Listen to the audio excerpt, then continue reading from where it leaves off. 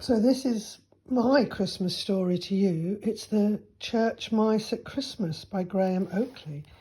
Now let's see if we can share this. Oh, there's the church cat. Okay, so what have we got here? Lovely vestry picture. One morning, a few days before Christmas, Arthur and Humphrey and the leaders of the church mice were in the porch admiring the Christmas tree. Oh, there's the Christmas tree. Would it be jolly nice to have a Christmas party, said Arthur suddenly, a real Christmas party with paper hats and crackers and games and things. Oh, yes, cried Humphrey, and mince pies and trifle and custard and blancmange and cream and jelly. So it was settled. The first thing they had to do was to think of a way of earning some money, because parties can be expensive. That puzzled them, until Arthur happened to glance at the notice board. Oh, what does it say on there? Christmas raffle. They were just trying to think what something could be, when Samson, the church cat, appeared. The mice looked at him and then they looked at each other and smiled.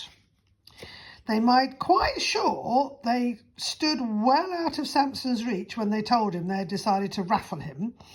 But in the end, they managed to convince him they were doing him a favour. Really, because whoever won him would certainly be a cat lover and treat him with great respect and take him to a lovely home and give him an enormous dinner, and anyway, he could come back to the vestry as soon as he liked. So they went ahead with the raffle at once. And soon the day of the raffle arrived.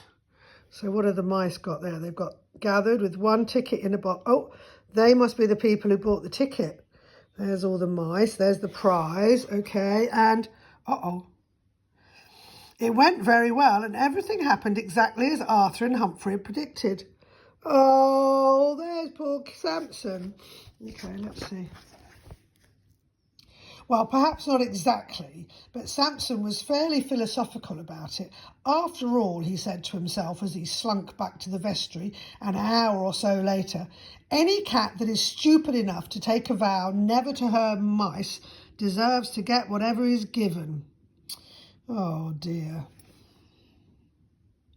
When he arrived, the mice were still discussing how best to spend the money from all their raffle tickets. Oh, look at them. They're fighting over that penny. Naughty mice. But later that evening, the raffle winners discovered that their prize had run away.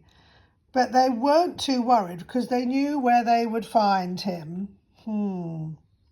And Humphrey showed them precisely. He said he was sorry that their prize hadn't given them satisfaction, and although he couldn't understand any circumstances refund their ticket money, he was able to offer them the vestry dustpan instead, which was much better value than a mere cat, even if the handle was missing. Oh, that's funny, isn't it?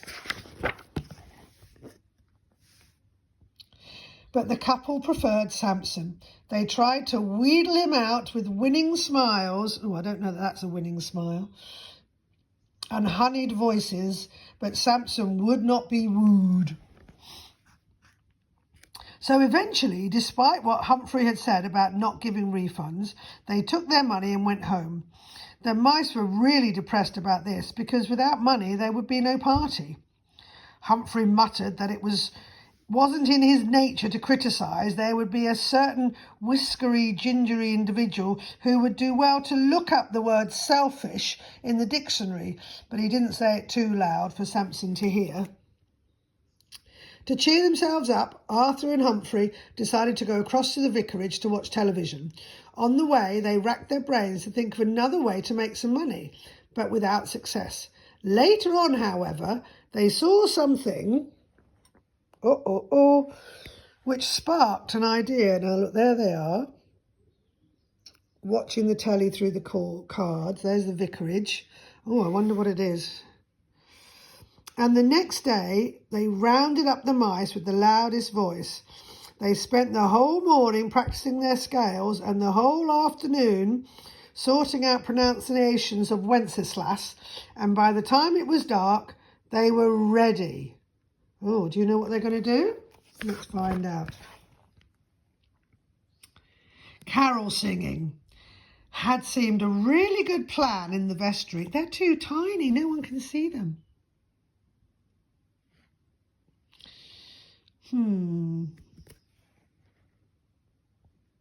Oh, look, those tiny little mice down there, and everybody's just stomping over them. Oh, dear. And here's all the shoppers at Christmas.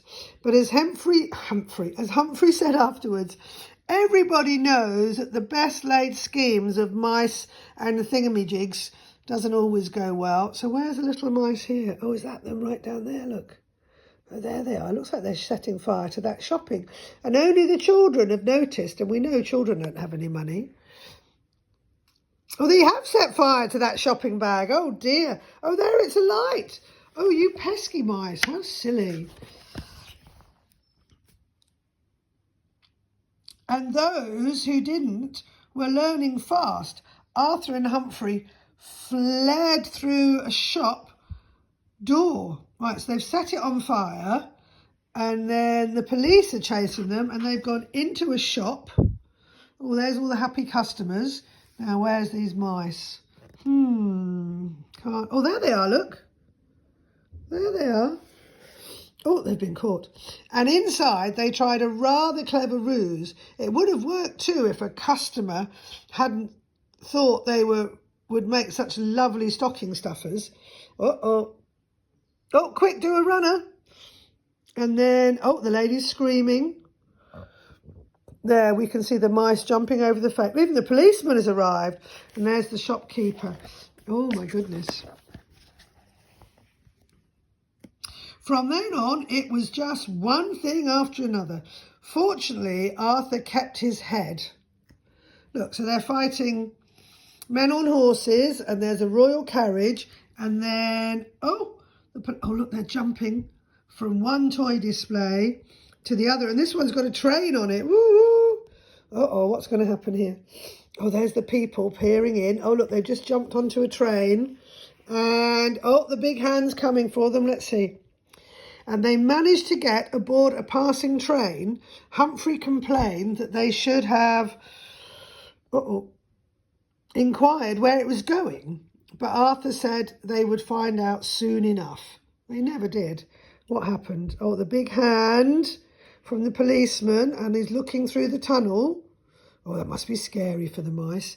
And then, that big hand picks up the train. Where's the mice gone? Oh, there they are. Look, they're escaping down the electrical cord. They're very clever, those mice. But just when it looked as if it had come to an end, Arthur spotted the very thing for a quick getaway. Has he jumped in a car? They have. They've jumped in a car. Oh, the policeman's not happy about that. Stop! Oh, look, they've just driven right through his legs. How funny. And although it turned out to be a pretty close thing, outside, the mice all met up again and managed to slip away unnoticed into the crowd.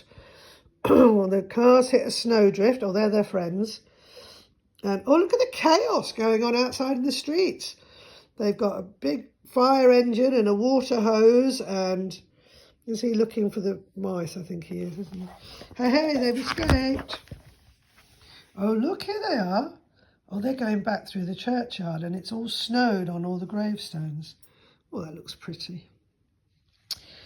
The journey back to the vestry was dreadful. Everyone was gloomy because of the failure of the expedition, and it didn't help matters to have to listen to Humphrey explaining his new theory about Christmas Day should change places with August bank holiday so that people wouldn't have to do their tramp through the snow to do their Christmas shopping. Well, that's quite a good idea, I suppose. Oh, and what's this? Samson and the mice. It took ages for them to get their wind back, but when they had, Arthur announced that since they hadn't made a single penny out of carol singing, there wouldn't be a party after all. At this, the mice looked so miserable that after a few moments' thought, Arthur told them he should cheer up because he still had a very pleasant surprise in store for them. After that, he and Humphrey whispered together for a long time. Then, as quietly as possible, they filled a paper bag with odds and ends from the choir boys' lockers, woke Samson, and tiptoed out of the vestry while no one was looking. Outside, Arthur assured them that they would find whatever else they needed in the parson's garden shed.